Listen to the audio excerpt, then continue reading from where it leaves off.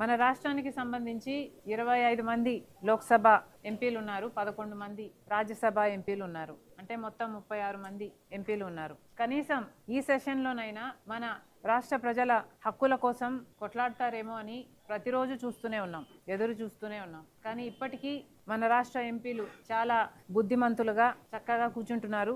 మోడీ గారు మాట్లాడితే చప్పట్లు కూడా కొడుతున్నారు. ఇప్పటికీ మన విభజన హక్కులు నెరవేరక 11 సంవత్సరాలు అయిపోయింది.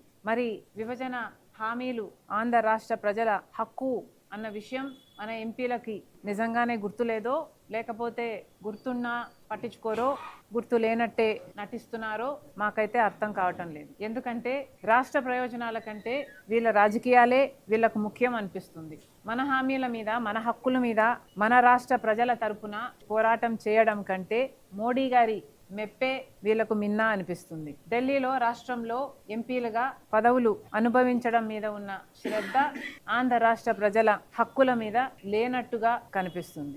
ఇంతమంది ఎంపీలు ఉన్నా కూడా వేరు పార్టీల నుంచి మొత్తం అందరూ మోడీ గారి చేతిలో రబ్బర్ స్టాంపులే అనిపిస్తుంది, బీజేపీ చేతిలో కీలు బొమ్మలే అనిపిస్తుంది.